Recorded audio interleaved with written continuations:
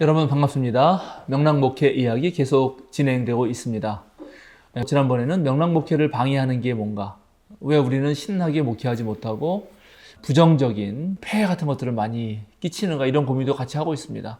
지난번에는 우리가 목회자뿐만 아니라 교인들 전체를 통틀어서 너무 성경을 문자적으로 읽는 거 아닌가, 거기서부터 오는 폐해가 제가 보기에는 무척 심각하다, 그런 얘기를 했습니다. 오늘은 또 이제 지난주에 이어서 또 다른 얘기들을 좀 해보려고 하는데요. 달목님, 어떻게 명랑목회에 대해서 어떻게 생각하십니까? 명랑목회, 제가 한 줄로 정리하겠습니다. 네, 명랑목회란 명랑한 목사와 예. 그리고 명랑한 교인의 합친말. 아, 네, 결국은 이제 목사와 교인이 함께 명랑해야 된다. 그렇죠. 행복한 부부, 거기서 누가 그렇게 얘기하더라고. 둘 중에 하나가 이렇게 불행한 사람이 있어서 같이 이렇게 되는 게 아니라 각자가 각자로서 행복할 때 또 둘이 모여서 더 행복한 이게 된다고 하더라고요. 그래서 명랑 목회도 좀 그런 게 아닌가.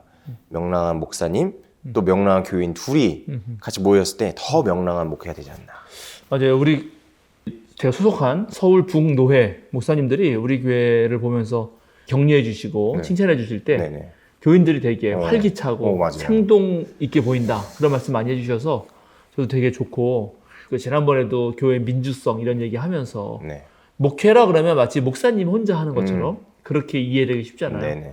그런데 이제 목회를 큰 틀에서 하나님의 선교 사역을 어느 교회가 감당하는 일을 통틀어서 하는 거다. 네네. 예, 그러면은 당연히 목사도 하고 교인도 하는 건데, 그렇죠. 그 둘 다 각자 자리에서도 신나고, 네네. 또 함께 할 때도 신나고, 네. 또 뭔가 구상을 할 때도 목사 혼자 구상하고 교인들은 그것을 따르기만 하는 방식이 아니라 구상도 교인들도 하고, 그걸 의논하면서 또 신나게 목회 활동을 해나가는 명랑목회. 네. 어떻게 세명선한교회 오시니까 세명선한교회가 그런 교회 같아요? 그런 교회 같아요. 어떤 점에서 좀 더 얘기할 수 있을까요? 일단은 이번에 공동의회도 이 영상이 나가는 거는 이미 한참 후에겠지만 그런 걸 통해서도 교인분들이 참 의견을 내는 것에 있어서 좀 거침이 없고 또 목사님도 그거를 좀 받아주시는 그런 분위기? 전 그게 너무 좋았던 것 같아요. 자기가 원하는 그런 게 있잖아요. 근데 그게 좀 더 이 의견을 잘 반영되는 것 같아요. 내가 이런 거 하고 싶다. 그러면은 목회 운영위원회에서도 그런 걸 또 받아들이고 생각을 하고, 또 목사님도 되게 편하게 교인분들에게도 물어보고 내가 하고 싶은 게 이런 게 있다. 그리고 또 우리 교회 안에 이런 게 좀 필요하다고 생각한다. 좀 그런 의견들이 왔다 갔다 티키타카라고 하는데 그게 좀 잘 되는 것 같아서. 그게 사실은 작은 교회 장점이기도 해요. 코로나19 시대를 성찰하면서 그 감리교 신학대학에서 가르치셨던 이정배 교수님께서 내신 책이 있는데 이게 제목이 아예 코로나19 시대의 어떤 목회 고민을 하면서 쓰신 말 중에 하나가 탈성장이에요. 그러니까 우리 한국교회가 그냥 그동안 번영신학과 교회 성장주의 어떤 거기에 매몰돼 있었거든요. 교회가 커지면 좋다고 생각했어요. 그런데 교회가 커지잖아요. 예를 들어서 교회가 10,000명 된다. 그러면 그 10,000명에 대한 목회 활동, 담임 목사가 뭐 위로와 돌봄, 스트랄 케어라고 하는데 목회자 돌봄을 다 할 수 없잖아요. 그럼 당연히 이제 부교역자들을 함께 해야 되는데 부교역자들만 해도 뭐 100명이 넘을 거 아니에요. 그러면 그 담임 목사가 목회를 할 때 이분들을 함께 그 큰 교회를 하려면 이게 일종의 조직화되고 경영이 돼야 돼요. 무슨 큰 회사 움직이듯이. 그런 상황에서 교인들하고 아까 말한 티키타카 하면서 공동회의 때 손들고 목사님 이런 거 하기가 굉장히 어렵죠. 굉장히 어렵습니다. 그거는 불가능하다고 보여져요. 그러니까 어쩔 수 없이 교회가 너무 규모가 커지면 목사는 사장이 되는 거예요. 일종의 CEO처럼 되고. 맞아요. 그러면 저는 그 교회가 갖고 있는 교회 전체로서의 공동체성은 상당히 희석화된다.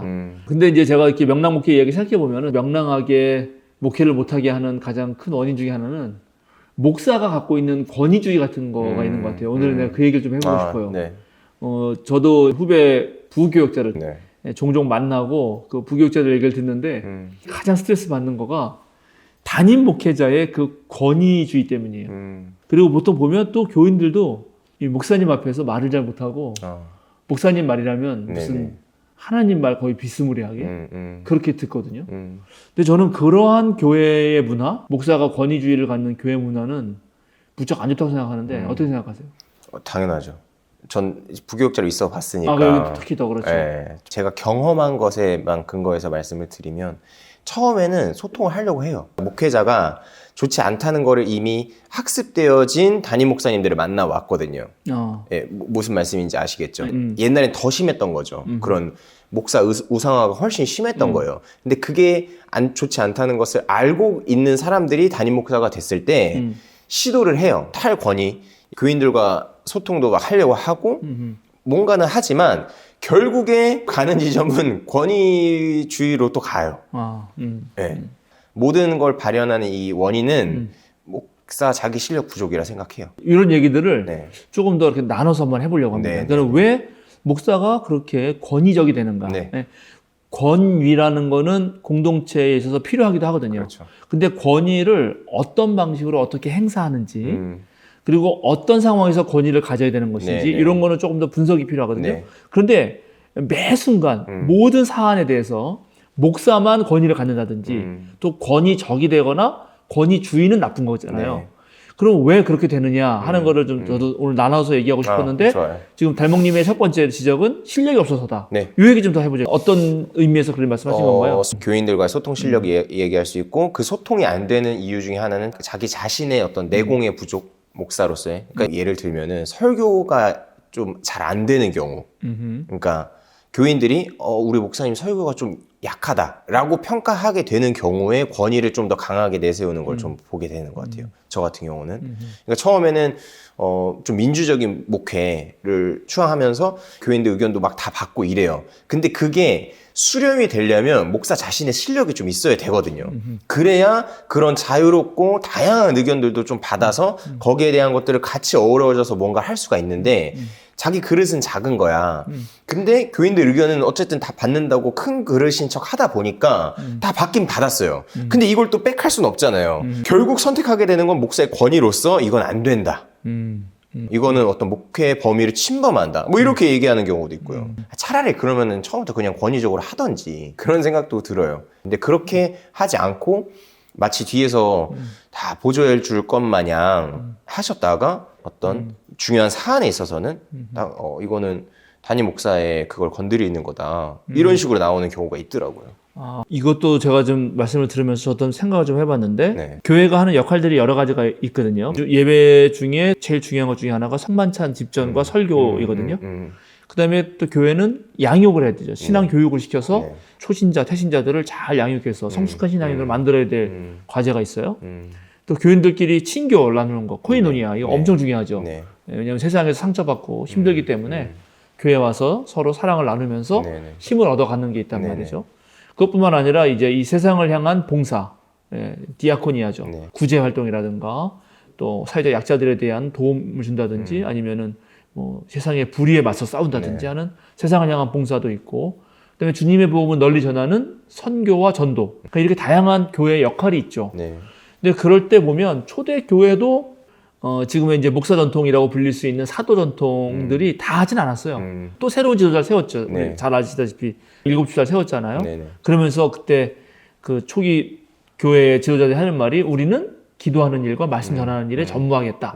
이런 말을 하는 것처럼 목사가 전문성을 가지고 권위를 가지는 것은 특별히 예배 기획, 설교, 성만찬 집전, 교인의 양육. 왜냐하면 이제 목사는 이게 직업이고 전문적인 신학적 훈련을 받았잖아요. 그러니까 그 부분에 좀 집중을 하고 나머지 부분들, 친교라든가 선교 활동이라든가 세상을 향한 봉사, 구제 활동은 교인들에게 맡길 필요도 있는데 아까 목사님 말씀을 제가 듣기로는 그런 목회 활동 전반을 교인들에게 마치 얼마든지 제안 막 하고 제안을 받아서 하려고 막상 했더니 어떤 부분이 목사님 마음에 안 맞는 거지.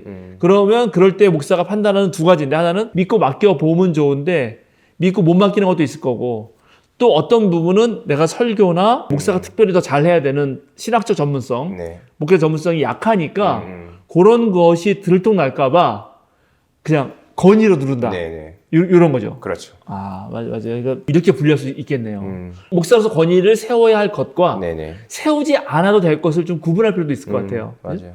저도 우리 교회는 이 목회운영위원회 또 재직회 다양한 회의 기구들이 있어서 거기서 그 교인들이 자유롭게 의견을 낼 수 있거든요. 그리고 자유롭게 활동할 수 있어요. 얼마든지. 그러면 이제 거기에 내가 내 뜻대로 해야 된다. 이건 이렇게 해야 된다. 이렇게 말하지 않거든요. 저도 저 하나의 교인으로서 의견을 제시하고 네. 아, 요게 더 좋을 것 같다. 혹시 여기에 신학적인 방향성이 필요하면 아, 요거는 요렇게 하는 게 좋겠습니다. 그런 거를 할 수 있지만 이건 내 말을 꼭 들어야 돼. 이럴 필요는 없는 거죠. 아, 전문성 문제 하나 있네요.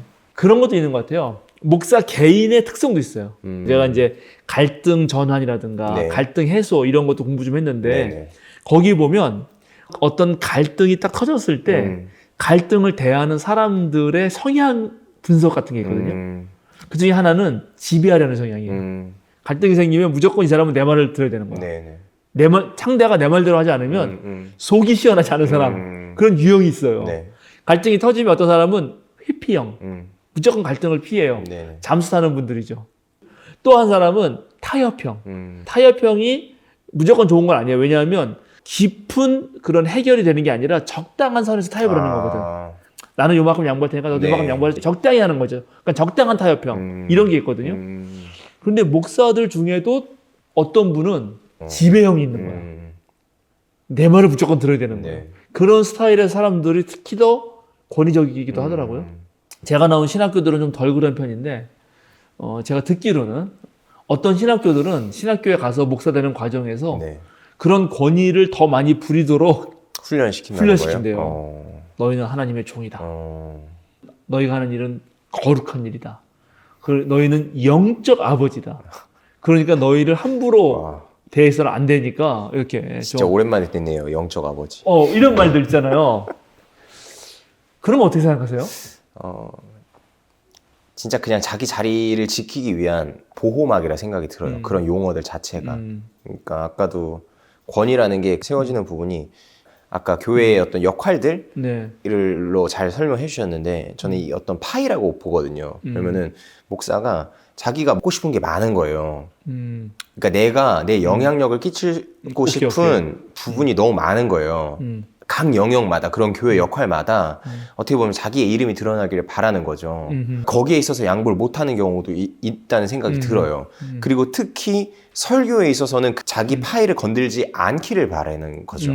그러다 보니까 주의 종, 뭐 영적 아버지 이런 표현들을 들어보면 어떻게 감히 주의 종에게 있어서 반발할 수 있으며 의문을 제기할 수 있으며 틀렸다라고 말할 수 있으며 솔직히 저는 권위주의가 가장 세게 드러나는 부분이 그 설교에 대한 부분이라는 생각이 들거든요. 누구도 목사님 설교 보고 이거 틀리지 않았나요? 라고 말하지 못하잖아요. 네. 지난번에 성서책도 얘기했지만 우리가 성서를 하나님의 말씀으로 신앙 고백을 한다면 그것이 인간의 언어로 쓰여 있기 때문에 그 배후에 어떤 하나님의 의도와 하나님의 뜻이 담겨 있는가는 좀 깊이 진지하고 신중하게 저는 접근해야 된다고 생각하거든요. 그래서 물론 목사가 설교할 때 신학자 칼바르트가 선포된 말씀이라고 그렇게 대단히 그 설교를 높이 해준 것 사실인데 목사도 대단히 신중하게 접근하기도 하죠. 당연히. 그러나 저는 그럼에도 불구하고 그 어떤 본문을 놓고 목사가 제안하는 여기에는 이런 하나님의 뜻이 있는 것 같습니다라고 진지하게 설교하는 것과 더불어서 나는 교인들도 함께 그 본문을 놓고 목사의 설교를 들어가면서 자기를 성찰하고 또 자신만의 하나님의 뜻을 찾아가는 과정이 협력해서 되길 바라거든요. 달모님 말씀대로 실제로 그렇지 않은 경우가 너무 많아요. 그러니까 목사가 어떤 경우는 막 열받는 설교, 그러니까 설교 같지 않은 설교, 자기 주변의 가십 이야기라든가 자기가 그냥 어설프게 깨달은 거라든가 또는 무슨 정치적인 이야기를 아무런 신학적 성찰 없이 가져와서 마구 하면서 거기에 대해서도 교인이 그건 아니지 않습니까? 라고 말할 때 어디 저 아버지 무슨 뭐 예언자의 말을 뭐 이런 식으로 할 때는 저도 분노가 막 솟아오르거든요. 사실은 목사는 다른 영역에서 그런 영향력을 행사하지 않아도 강단에서 주로 설교하는 자로서 그것만 가지고도 엄청난 권위가 생기거든요. 그런데 더더욱 그럴 수 있는 거죠. 그리고 권위를 내세웠을 때 교인들이 불편하거든요. 불편함을 느껴요. 너무 권위만 내세우고 말맹이가 없고 말도 안 되는 설교를 해도 솔직히 교인들이 할 수 있는 게 없어요. 탄핵을 할 수가 없어요. 너무 어려운 거예요. 그 과정 자체가. 맞아요. 이거 아니지 않냐 라는 거를 봄에도 불구하고 솔직히 교인들은 교회를 떠나는 거 이외에는 너무 어려운 거예요.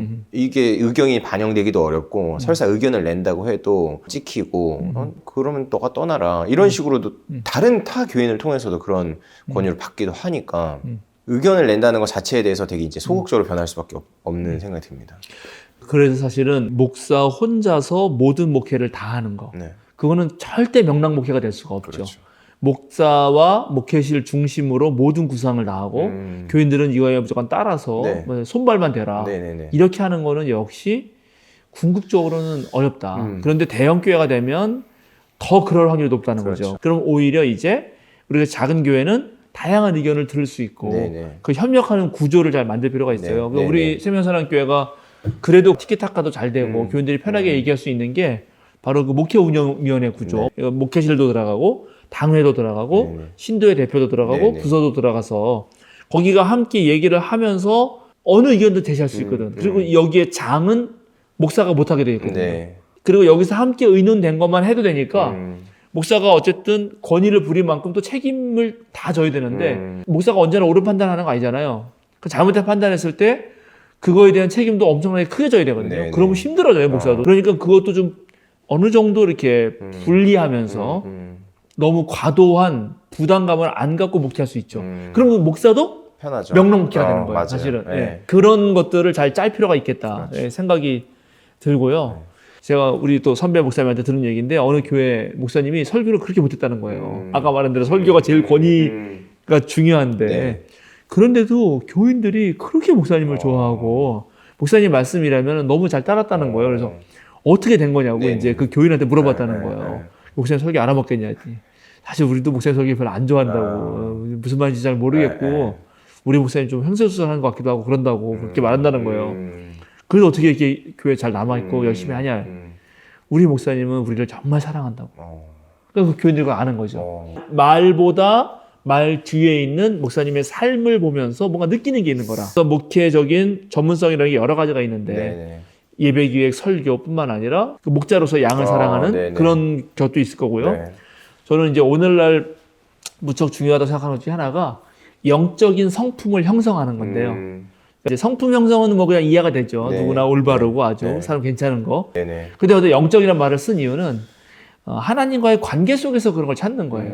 목회자는 궁극적으로는 하나님과 맞대면해서 모든 그리스도인들이 그렇지만 사실은 목회자는 더더욱 하나님과 맞대면하면서 하나님과의 관계 속에서 자신의 성품을 형성해 가야 되거든요. 그래서 그런 것들이 어떻게 목회 곳곳에서 발휘할 수 있느냐. 그게 꼭 내 말을 하면 저 사람이 듣는다 하는 방식의 권위적인 방식이 아니라 실제적인 어떤 목사로서의 존경받을 만한 저절로 권위가 드러날 만한 그렇죠. 그런 게 되야 된다고 생각합니다.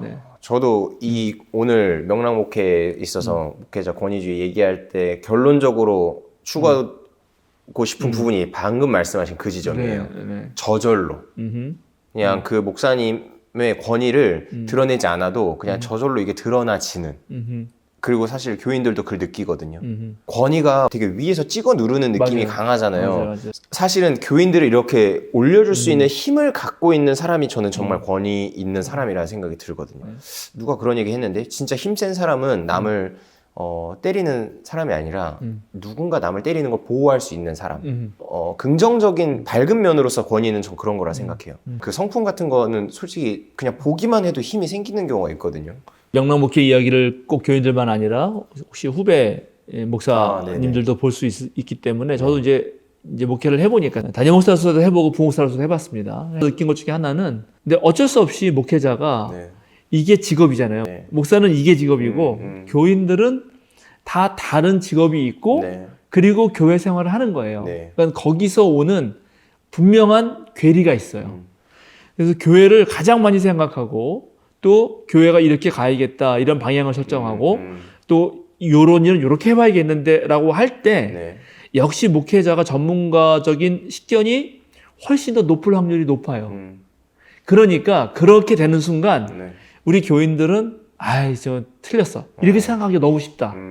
그래서 그럴 때도 교인들의 말을 경청할 필요가 있어요. 사실은. 왜냐하면 목사가 가장 많이 안다고 해서 교회 모든 일을 다 할 수는 없거든요.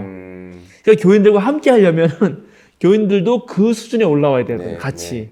이제 그 수준이라는 게 결국 무슨 권위를 부리는 거나 그런 뭐 지식이 아니라 바로 영적 형성. 영적의 성품의 형성이 제일 중요하고 그리고 거기에 또 하나 중요한 거는 아까 사랑이라는 얘기인데 사랑의 가장 큰 특징은 역시 자기 희생이에요. 자기 걸 다 챙기면서 사랑할 수는 없어요. 사랑은 어느 정도 자신을 헌신하려는 마음이 필요해요. 그러니까는 목사가 이 공동체에 가장 헌신된 사람이어야 돼요. 근데 목사가 거기서 헌신하지 않으면서 권위를 부릴 때 그건 엄청난 그 반발작용을 불러옵니다. 헌신도 하고 사랑도 하고 자기 희생을 하면서 목사님이 말씀하신 거 웬만하면 따르거든요. 그런데도 권위를 부린다는 거는 그거는 좀 문제가 있다. 그렇게 생각합니다. 오늘 우리가 목사의 권위주의에 대해서 좀 얘기했는데 이런 것도 있습니다. 사실은 우리 교인들이 좀 이해해 주셔야 되는 게 각각 교인들은 한 명의 목사를 상대하지만 한 명의 목사는 많은 교인을 상대하게 됩니다. 그래서 어떤 일을 결정하고 그거를 해나갈 때 어떤 목사가 이 판단이 맞다고 해서 이렇게 하는 게 어떻겠습니까라고 제안을 하면 예를 들어서 교인들은 다양한 생각을 할 수 있잖아요. 그래서 어떤 분은 찬성할 수 있지만 어떤 분은 반대할 수 있어요. 그런데 그 반대를 예를 들어서 A라는 교인이 한 번 하고 B라는 교인이 한 번 하고 또 C라는 교인이 한 번 하고 이렇게 하면은 목사 입장에서는 목회 활동할 때마다 다 다른 반대 의견이 계속 들리는 거예요. 교인 입장에서는 한 번밖에 반대하는 게 아닌데 그런 상황에서 때때로 목사는 지치기도 하고 또 권위를 부리기도 하고 그러니까 이제 그런 것도 이해하면서 교인들도 목회자의 전문성을 존중하고 또 목회자도 자신들의 권위를 내려놓고 얼마든지 교인과 함께 목회하려고 하는 그런 분위기를 만들어가는 게 중요하겠다 생각을 하게 됩니다. 다음번에는 잘못된 믿음 이런 것도 한번 얘기해 보려고 합니다. 한국 교인들이 가지고 있는 어떠한 믿음의 특성들이 있는데 그런 부분들 중에서 조금 아쉽고 보완해야 될 것이 무엇인지 그런 것들에 대해서도 얘기해 보겠습니다. 다음 시간에 만나도록 하겠습니다.